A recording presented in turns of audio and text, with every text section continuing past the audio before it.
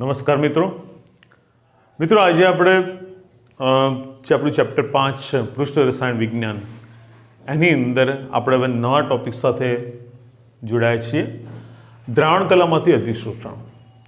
અગાઉના લેક્ચરની અંદર આપણે અધિશોષણના બે પ્રકારની વાત કરી, ભૌતિક અધિશોષણ, રાસાયણિક અધિશોષણનો તફાવત બી જોયો। આપણે વાત બી કરવી અગત્યનો મુદ્દો છે, એક્ઝામ માટે બી અગત્યનો। અને આ ઉપરાંત આપણે ફુંડલીચ અધિશોષણ ક્ષમતા આપીને બી વાત કરી, એ પણ અગત્યનો મુદ્દો છે। એને કનેક્ટેડ એક નાનો મુદ્દો છે દ્રાવણ કલામાંથી અધિશોષણ। બની શકે આપણને 2 માર્ક્સમાં આપણને પૂછી શકે। મિત્રો અહીંયા આગળ આપણા મગજમાં એવું હતું કે ફુંડલીચ અધિશોષણ ક્ષમતા આપી જે છે એમાં ઘન પદાર્થ ફક્ત વાયુમય પ્રણાલીનું અધિશોષણ કરી શકે, પણ ના, અહીંયા આગળ ઘન પદાર્થ એ દ્રાવણમાંથી દ્રાવ્ય હોય એનું પણ અધિશોષણ કરી શકે અને એને પણ ફુંડલીચ અધિશોષણ ક્ષમતા આપી લાગુ પડી શકે। તો એની આપણે આજે ચર્ચા કરવાના મિત્રો।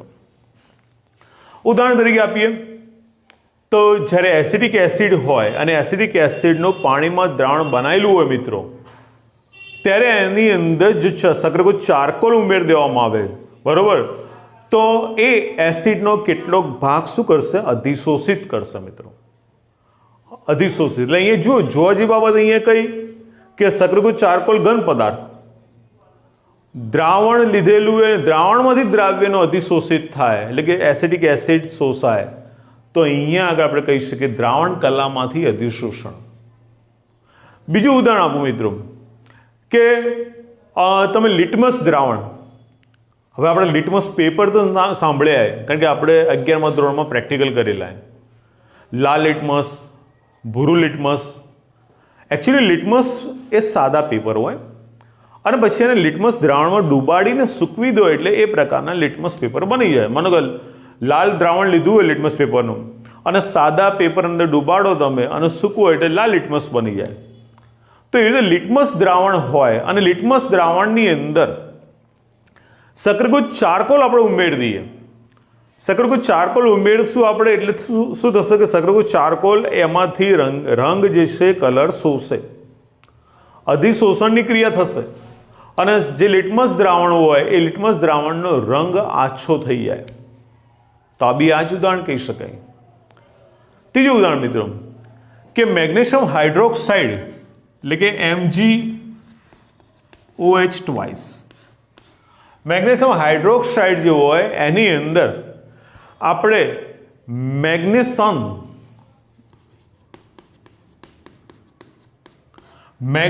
પ્રક્રિયક ઉમેરીએ। મેગ્નેશન પ્રક્રિયકનું આપણી બુકની અંદર બંધારણ આપેલું નહીં, તેમ છતાં તમને જાણ માટે કહી દઉં, આ પ્રકારનું બંધારણ હોય મિત્રો। Benzene ring, double bond N, પાછી બેન્ઝીન રિંગ આવશે, અહીંયા NO2 સમૂહ, અહીંયા OH સમૂહ અને અહીંયા આગળ OH સમૂહ। તો આપણને કોઈક વાર કામ આવી શકે, ધ્યાનથી નોટમાં ઉતારી દો। તો મેગ્નેશન પ્રક્રિયક અને MgOH2નું મિશ્રણ કરી દઈએ આપણે, તો એ વખતે બી અધિશોષણની ક્રિયા થશે મિત્રો। અને એ વખતે અહીંયા આગળ આ મેગ્નેશન એ આનો વાદળી રંગ જે હોય એ વાદળી રંગ શોષી લે, ગ્રહણ કરી લે। ટૂંકમાં અહીંયા આગળ આપણે કહી શકીએ કે દ્રાવણ કલામાંથી અધિશોષણ થાય, ઘન પદાર્થ વડે અધિશોષણ થાય। મિત્રો આ જે અધિશોષણ થાય, આ પ્રકારનું અધિશોષણ, એની માત્રા અમુક પરિબળ ઉપર આધાર રાખે। પહેલું, અધિશોષણની માત્રા જે છે એ તાપમાનના વધારા સાથે વધશે મિત્રો। જેમ તાપમાન વધશે એમ અધિશોષણની માત્રા વધશે। ક્યારે? તો ઘન અધિશોષક દ્વારા પ્રવાહી દ્રાવણ હોય, બરોબર, દ્રાવણમાંથી અધિશોષણ થતું હોય એ વખતની વાત છે। તો આ પ્રકારનું અધિશોષણ જેમ તાપમાન વધે એમ એની માત્રા વધશે। બીજો મુદ્દો, આ પ્રકારનું અધિશોષણની માત્રા એ અધિશોષકની સપાટીનું ક્ષેત્રફળ ઉપર આધાર રાખે। જેમ સક્રગુજ ચારકોલનું આવરણ વધારે હશે એમ અધિશોષણ વધારે થશે। એટલે કહેવાનો મતલબ એકમ સપાટીનું ક્ષેત્રફળ જેટલું વધારે એટલું આ પ્રકારનું અધિશોષણ વધશે, એની માત્રા વધશે મિત્રો। તો બહુ અગત્યનો પોઈન્ટ બીજો મિત્રો। ત્રીજો પોઈન્ટ, તો આ પ્રકારનું અધિશોષણની માત્રા જે છે એ અહીંયા દ્રાવણમાં રહેલ જે દ્રાવ્ય પદાર્થ હોય એ દ્રાવ્ય પદાર્થની સાંદ્રતા ઉપર આધાર રાખે. તમે એસિડિક એસિડનું દ્રાવણ લીધું, જો એમાં એસિડિક એસિડની સાંદ્રતા વધારે હશે તો અધિશોષણની માત્રા વધારે. એટલે કહેવાનો મતલબ કે અહીંયા આગળ કે અધિશોષણની માત્રા એ કોની ઉપર આધાર રાખશે? તો જે આપણે અંદર પ્રવાહી દ્રાવ્ય પદાર્થ લીધો એની સાંદ્રતા ઉપર આધાર રાખશે. સાંદ્રતા વધુ એમ અધિશોષણ વધુ. તો ત્રીજો મુદ્દો. ચોથો મુદ્દો મિત્ર ખાસ ઇમ્પોર્ટન્ટ કે અધિશોષણ, આ પ્રકારનું અધિશોષણની માત્રા એ અધિશોષક અને અધિશોષિત આ બંનેના સ્વભાવ ઉપર આધાર રાખે. મેં પહેલા બી કીધું કે અહીંયા આગળ આ સક્રકોચ ચારકોલ એ અધિશોષક છે, બરોબર, અને જે શોષાઈ રહ્યું એ અધિશોષિત છે. તો અહીંયા આગળ અધિશોષક અને અધિશોષિતના બંનેના સ્વભાવ ઉપર બી આધાર રાખે, બરોબર. તો મિત્રો 4 બાબતો એ શોષણની માત્રા વધારવા માટે ઉપયોગી છે. તાપમાન વધે એમ વધી શકે, ક્ષેત્રફળ વધે એમ વધે, બરોબર. ત્રીજું ખાસ ઇમ્પોર્ટન્ટ આપણે વાત કરી કે સાંદ્રતા જેટલી વધારે એટલું અધિશોષણ વધારે, અને છેલ્લે બંનેના સ્વભાવ ઉપર આધાર રાખે, બરોબર. તો મિત્રો અહીંયા આગળ આપણે વાત કરીએ કે અહીંયા આગળ આ પ્રકારનું અધિશોષણ એ ફ્રુન્લીત અધિશોષણ ક્ષમતા આપીને બી લાગુ પાડી શકીએ. ફેર શું કે આપણે બી પેલું સૂત્ર લેતા હતા આગળની થિયરીમાં x/m બરાબર Kp/1/n લેતા હતા મિત્રો, કારણ કે વાયુમય પ્રણાલી હતી અને વાયુમય પ્રણાલી દબાણ ઉપર આધારિત હતી. અહીં આગળ આપણે શું કર્યું? દ્રાવણ લીધું. તો એ વખતે અહીંયા આગળ આ જે સૂત્ર એ સૂત્રમાં આપણે ફેરફાર કરશું. અહીંયા આગળ પીની જગ્યાએ સી લેશું સાંદ્રતા માટે. એટલે x/m = Kc/1/n. અને આને ઘાતાંક સ્વરૂપે ફેરવવું હોય તો આપણે લખી શકીએ log x/m = log K + 1/n × log C લખી શકો મિત્રો. તો અહીંયા તમે જોઈ શકો કે અહીંયા log x/m બરાબર log K + 1/n × log C. હવે અહીંયા આગળ મિત્રો આપણે જો log x/m વિરુદ્ધ log C નો ગ્રાફ દોરીએ તો એ ગ્રાફ દોરીએ ત્યારે ગ્રાફ આપણને સીધી રેખા મળે તો આપણે કહી શકીએ કે આ પણ પ્રણાલી એ ફ્રુન્લીત અધિશોષણ ક્ષમતા આપીને અનુસરે, બરોબર. અને એના માટે મેં પ્રયોગ કીધો કે તમારે શું કરવાનું? તમે જુદા જુદા પાત્ર, એક સરખા પાત્ર, જુદા જુદા પાત્ર લઈ લો, એક સરખા. દરેકની અંદર તમે ચોક્કસ પ્રમાણની અંદર જુદી જુદી સાંદ્રતા ધરાવતું એસિડિક એસિડનું દ્રાવણ લઈ લો. બધામાં જુદી સાંદ્રતા ધરાવતું એસિડિક એસિડનું દ્રાવણ લઈ લો મિત્રો, બધામાં. અને ચોક્કસ પ્રમાણમાં સક્રકોચ ચારકોલ ઉમેરો. હવે શું થશે કે આફ્ટર 2-3 અવર્સ કે 5 અવર્સ 5 કલાક પછી બી આપણે ઓબ્ઝર્વ કરશું તો બધાની સાંદ્રતામાં ફેર જોવા મળશે, કારણ કે જુદી જુદી સાંદ્રતા લીધી આપણે. સાંદ્રતામાં ઘટાડો જોવા મળશે. એનો મતલબ શું થયું કે અહીંયા આગળ આપણે સક્રકોચ ચારકોલ લીધેલો હોય તો કે સક્રકોચ ચારકોલ શું કરશે? એસિડિક એસિડનું ગ્રહણ કરશે. શરૂઆતની પ્રારંભિક અને અંતિમ સાંદ્રતાના તફાવત ઉપરથી આપણને ખબર પડે કે કેટલા પ્રમાણમાં અધિશોષણ થયું છે. x/m નું મૂલ્ય આપણે જાણી શકીએ, બરોબર મિત્રો. તો આ એક ટોપિક સારો છે, આપણને આવડવું જોઈએ. નોર્મલ દ્રાવણ કલામાંથી અધિશોષણ કહેવાનો મતલબ કે અહીંયા આગળ અધિશોષક ઘન હોય અને દ્રાવણ હોય, દ્રાવણમાં જે પ્રવાહી દ્રાવણની અંદર દ્રાવ્ય પદાર્થ હોય એનું અધિશોષણ થતું હોય જેને આપણે અધિશોષિત કહીએ, તો એને બી આપણે ફ્રુન્લીત અધિશોષણ ક્ષમતા બી લાગુ પાડી શકીએ, બરોબર મિત્રો. તો પ્લીઝ આટલું તૈયાર કરી નાખશો મિત્રો. એક છેલ્લો ટોપિક આપણે અધિશોષણના અનુપ્રયોગ, અધિશોષણ ઉપર આધારિત આ છેલ્લો ટોપિક, બરોબર. તો અહીંયા અધિશોષણના અનુપ્રયોગોની વાત છે. કહેવાનો મતલબ કે વ્યવહારની અંદર, ઉદ્યોગોની અંદર, કંપનીઓની અંદર ક્યાં આનો ઉપયોગ થાય એના મુદ્દાની આપણે ચર્ચા કરીએ. આ પણ આપણે પરીક્ષાની અંદર પૂછી શકે અને એક્ઝામમાં બોર્ડમાં પૂછાયેલો બી. તો અધિશોષણના અનુપ્રયોગની વાત કરીએ તો પહેલું આપણે વાત કરીએ ઉચ્ચ શૂન્યાવકાશ પ્રાપ્ત કરવા. મિત્રો ઉચ્ચ શૂન્યાવકાશ પ્રાપ્ત કરવા માટે આનો ઉપયોગ થતો હોય તો અહીંયા આગળ ક્યાં થશે? એક પાત્ર લો તમે, પાત્રની અંદર તમે બધા જ વાયુ મિક્સ કરી દો, બરોબર? અને વાયુ મિક્સ કરેલા હોય અથવા માનો તમે એક જ વાયુ લીધો અને પાત્રમાં ભરેલો, તો શોષક પંપ દ્વારા એ તમે વાયુ બધો શોષી લો. તેમ છતાં બી એની અંદર જો વાયુ રહી જાય તો એ વખતે આપણે સક્રિયકૃત ચારકોલ વડે અધિશોષણ કરી શકીએ. અને સક્રિયકૃત ચારકોલ વડે અધિશોષણ કરી શકીએ તો અહીંયા આપણો પોઈન્ટ કયો આવ્યો? અધિશોષણ. એટલે કે અહીંયા આગળ આપણે ઉચ્ચ શૂન્યાવકાશ પ્રાપ્ત કરવો હોય તો અધિશોષણની ઘટનાનો ઉપયોગ કરવો પડે, બરોબર? તો ખ્યાલ આવે મિત્રો? ફરીથી તમને કહું કે જ્યારે કોઈ પાત્રમાં વાયુ ભરેલા હોય ત્યારે શૂન્યાવકાશ દ્વારા આપણે શૂન્યાવકાશ પ્રાપ્ત કરવો હોય ત્યારે શોષક પંપ દ્વારા બધો વાયુ શોષી લો. તેમ છતાં જો થોડો વાયુ રહેલો હોય, હવા રહેલી હોય, તો એને આપણે સક્રિયકૃત ચારકોલ દ્વારા અધિશોષણ કરી અને એ પાત્રને શૂન્યાવકાશવાળું બનાવી શકીએ. તો અહીંયા ઉચ્ચ શૂન્યાવકાશ પ્રાપ્ત કરવા માટે અધિશોષણ ઉપયોગી. બીજો મુદ્દો મિત્રો, ગેસ માસ્ક માટે.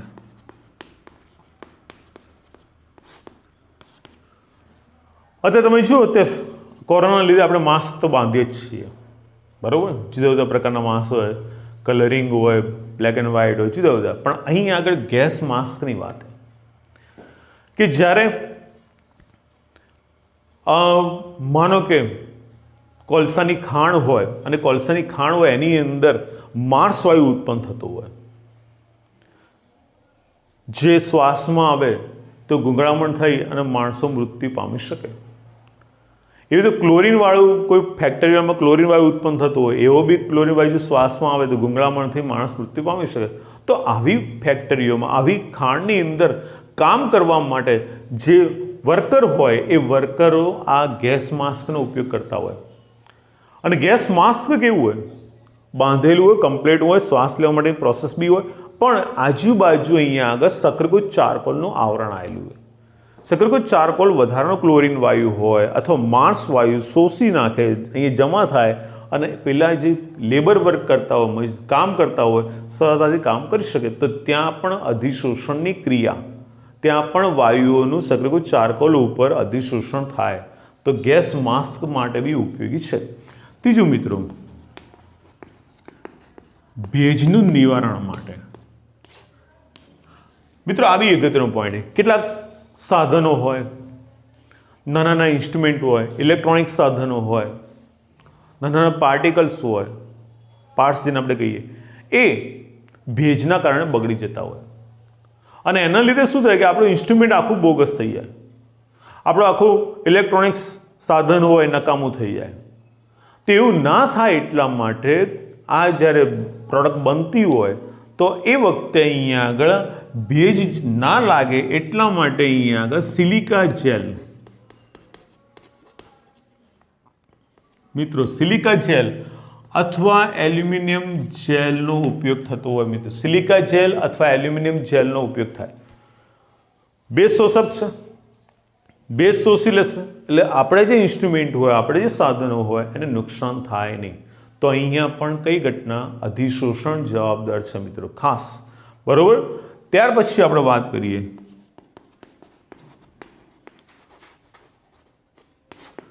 રંગીન અશુદ્ધિઓ દૂર કરવા માટે. મિત્રો જે ખાંડ હોય ને, એ ખાંડ જ્યારે બને ને શરૂઆતની અંદર તો પીળા રંગની ખાંડ હોય, દેખવી બી ના ગમે, મેં પહેલાં બી વાત કરી. તો હવે આ જે ખાંડ હોય એ ખાંડનું શુદ્ધિકરણ કરવા માટે, એમાં પીળાશ રંગ દૂર કરવા માટે આપણે સક્રિયકૃત ચારકોલનો ઉપયોગ કરતા હોઈએ. તો ત્યાં અધિશોષણની ઘટના, આવા ઘણા બી કેમિકલ હોય જે પ્યોર અવસ્થામાં આપણે પ્રાપ્ત કરવો હોય તો એમાં અશુદ્ધિ હોય, રંગને લગતી અશુદ્ધિ હોય, તો એ અશુદ્ધિ આપણે દૂર કરી શકીએ આના દ્વારા.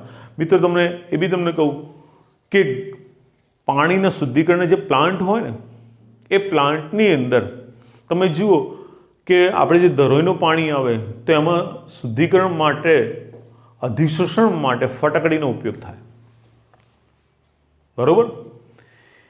જ્યારે અમુક નાના પ્લાન્ટ હોય ત્યાં આગળ આવું પાણી હોય અને પાણીને પીવાલાયક બનાવવા માટે સક્રિયકૃત ચારકોલના થર હોય, થર પાથરેલા હોય.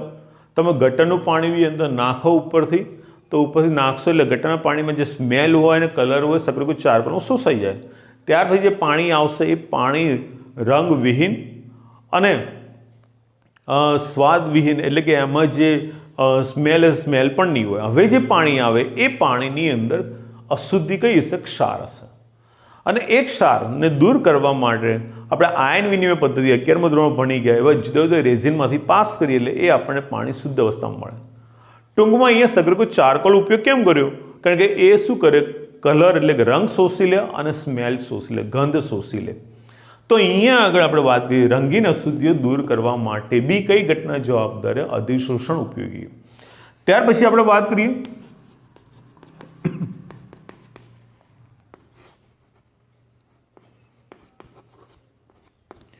મિત્રો વિષમાંગ ઉદ્દીપન. વિષમાંગ ઉદ્દીપનની વાત કરીએ તો આપણું જે ચેપ્ટર 3 ભાગમાં ડિવાઈડ કરેલું. એક અધિશોષણની વાત, બીજું ઉદ્દીપનની વાત અને ત્રીજી કલીલની વાત. વચ્ચેનો ઉદ્દીપનનો ભાગ ટોટલી નીકાળી દીધો, 30% અંદર નીકાળી દીધો. એટલે આપણે મેઇન કયું ભણવાનું? અધિશોષણ અને કલીલ. તો ઉદ્દીપન બહુ ડિટેલમાં આપેલું, કમનસીબી કે નીકળી ગયો અભ્યાસ અને આપણે એની ચર્ચા તે કરી શકીએ નહીં. ઉદ્દીપન આમ તો બે પ્રકારના, સમાંગ અને વિષમાંગ. વિષમાંગ કોને કહેવાય? સિમ્પલ શોર્ટમાં કહી દઉં તમને કે જ્યારે તમે કોઈ પ્રક્રિયક લીધેલો હોય, પ્રક્રિયાની અંદર એની કન્ડિશન અને ઉદ્દીપક લીધો હોય, એની સ્થિતિ, ભૌતિક સ્થિતિ જુદી જુદી હોય તો એવી ઘટનાને શું કહેશું આપણે? વિષમાંગ ઉદ્દીપન. બરોબર? તો વિષમાંગ ઉદ્દીપનની અંદર પણ અધિશોષણ અગત્યનો ભાગ. બીજું ઉદાહરણ આપું તમને કે આપણે એમોનિયા વાયુ ઉત્પન્ન કરવો છે હેબર વિધિથી મિત્રો. એમોનિયા વાયુ N2 + 3H2 સામે ટ્વાઇસ NH3. હવે અહીંયા જો આ બધા જ વાયુ સ્થિતિ ધરાવે, ટોટલી વાયુ સ્થિતિ, નાઇટ્રોજન, હાઇડ્રોજન, એમોનિયા બધા વાયુ સ્થિતિ ધરાવે. પણ અહીંયા આગળ ઉદ્દીપક તરીકે તમે શું લો? તો લોખંડનો ભૂકો લો, એફિનો પાવડર. તો આ ઘન અવસ્થા, આ વાયુ, આ ઘન માટે કયું ઉદ્દીપન કીધું? વિષમાંગ. તો વિષમાંગ ઉદ્દીપનની અંદર પણ અધિશોષણની ક્રિયા થાય અને એના લીધે આપણને જે પ્રોડક્ટ મળે એ ઝડપી મળે. બીજું ઉદાહરણ આપું, સલ્ફ્યુરિક એસિડ હોય જેને આપણે રસાયણનો રાજા કહીએ. સલ્ફ્યુરિક એસિડના ઉત્પાદનની અંદર પણ V2O5 વેનેડિયમ પેન્ટોક્સાઇડ ઉદ્દીપક વપરાય. વેનેડિયમ પેન્ટોક્સાઇડ ઘન અવસ્થા ધરાવે, સલ્ફ્યુરિક એસિડ લિક્વિડ અવસ્થા. તો તમે જો બંને કન્ડિશન અલગ, એટલે આપણે શું કીધું? વિષમાંગ ઉદ્દીપન. પણ અહીંયા આગળ આ બી ઉદાહરણ તમે લઈ શકો. V2O5 વાપરીએ જેના લીધે સલ્ફ્યુરિક એસિડનું ઉત્પાદન ઝડપથી વધી શકે. આ જ પ્રમાણે હાઇડ્રોજનનું ઉત્પાદન કરવું હોય તો એ વખતે નિકલ ઉદ્દીપકનો ઉપયોગ થાય. નિકલ. ટૂંકમાં કહેવાનો મતલબ કે વિષમાંગ ઉદ્દીપનની ઘટનામાં કોણ જવાબદાર? અધિશોષણ જવાબદાર છે મિત્રો. બરોબર? ક્લિયર? ઓકે, ચલો એના પછી વાત કરીએ આપણે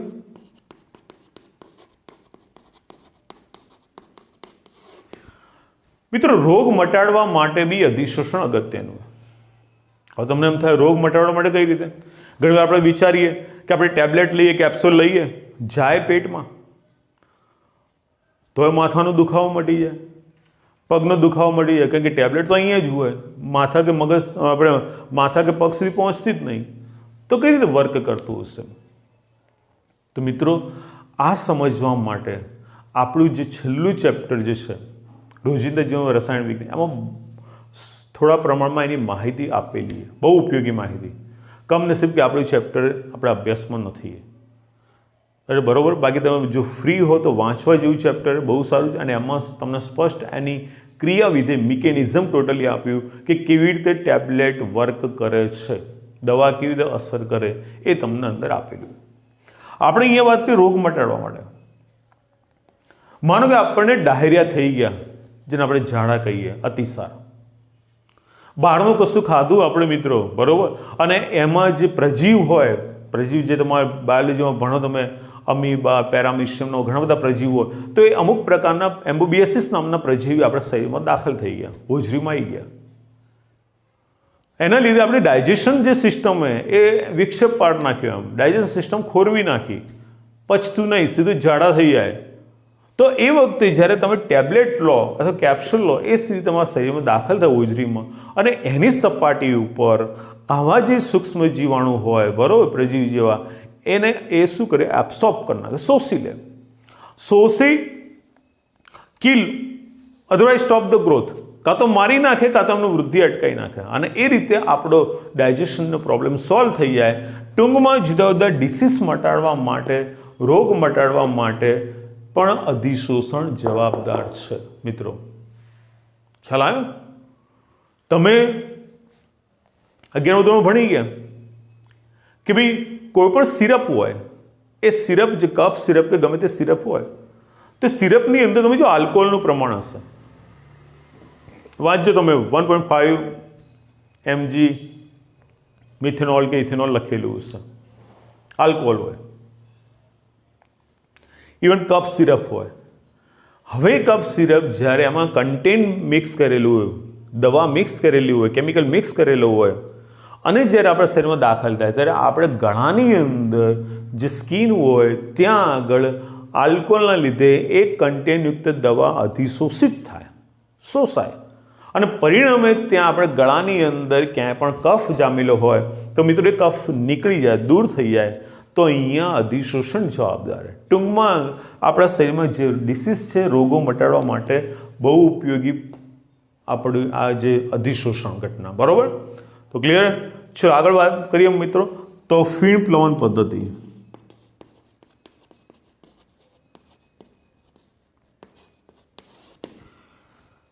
મિત્રો 6થા ચેપ્ટરની અંદર તમે ફીણ પ્લવન પદ્ધતિ વિશે સ્ટડી કરી નાખી.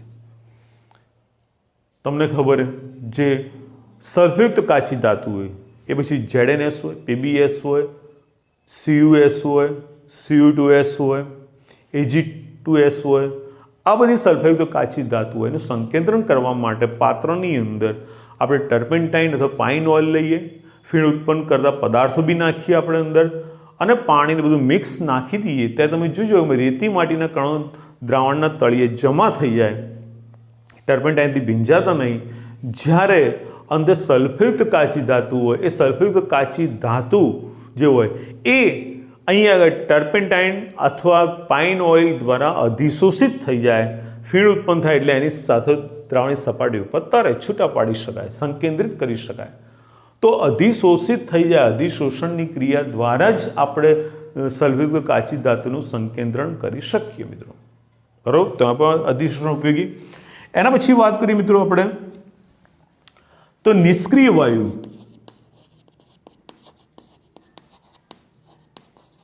નિષ્ક્રિય વાયુ જે હોય નું અલગીકરણ.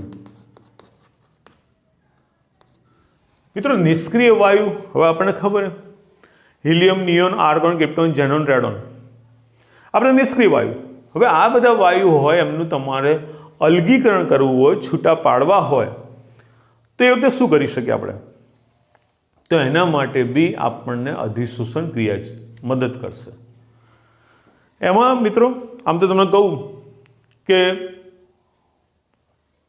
અમેરિકાના ટેનેસી રાજ્યના ઓકરીજ ખાતે 3 કિલોમીટર લાંબી આ પ્રકારની ફેક્ટરી છે, કંપની કે જેમાં અથવા પ્લાન્ટ છે જેમાં આ રીતે અધિશોષણ થતું હોય, વાયુઓને છૂટા પાડી શકાય. પણ એ સ્પેશિયલ કોના માટે? તો યુરેનિયમ જે હોય, યુરેનિયમ તમને ખબર સમસ્થાનિકો ધરાવે, U-235, U-236, U-238, એનું ત્યાં આગળ અલગીકરણ કરવામાં આવે. મિત્રો અહીં આગળ આપણે વાત કરીએ વાયુની વાત કરીએ તો આ જે વાયુઓ હોય એ વાયુને છૂટા પાડવા હોય તો એના માટે પડદા ગોઠવેલા હોય, અને પડદા સક્રિયકૃત ચારકોલના ગોઠવેલા હોય. ખાસ કરી અને નારિયેળ અને જે કોલસા હોય એમાંથી બનાવેલું સક્રિયકૃત ચારકોલ એનું આવરણ બનાવેલું હોય, અને એમાંથી આ વાયુને પાસ કરવામાં આવે, અધિશોષિત. આ પદ્ધતિને દીવાર પદ્ધતિ કહેવાય. તો ત્યાં આગળ પડદામાંથી જેમ જેમ પાસ થતા એમ વાયુ અધિશોષિત અને છેલ્લે તમને એક શુદ્ધ અવસ્થામાં અલગ પ્રકારનો નિષ્ક્રિય વાયુ પ્રાપ્ત થશે. તો ત્યાં જવાબદાર કોણ? અધિશોષણ ઘટના. બહુ લાંબી પ્રોસેસ છે મિત્રો, હજારોની સંખ્યામાં પડદા હોય, બહુ લાંબી લેબોરેટરી હોય, અને ત્યાં આ જટિલ પ્રક્રિયા થતી હોય, પણ ટૂંકમાં અધિશોષણ ઉપયોગી છે મિત્રો. બરાબર? ત્યાર પછી આપણે વાત કરીએ અધિશોષક સૂચકોની વાત કરીએ.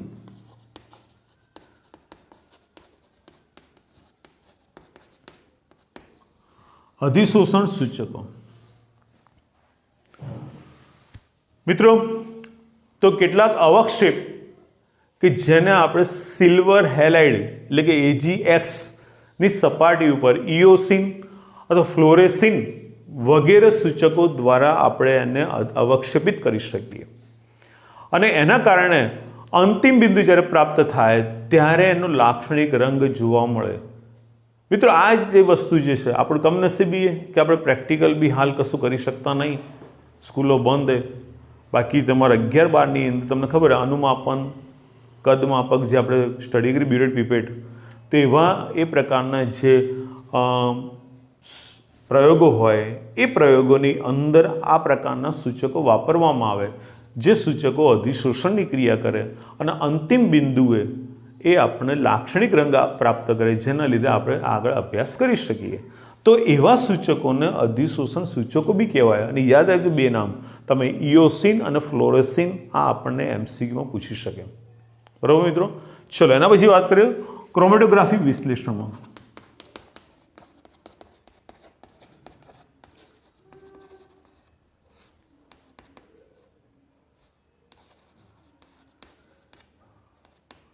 ક્રોમેટોગ્રાફી વિશ્લેષણ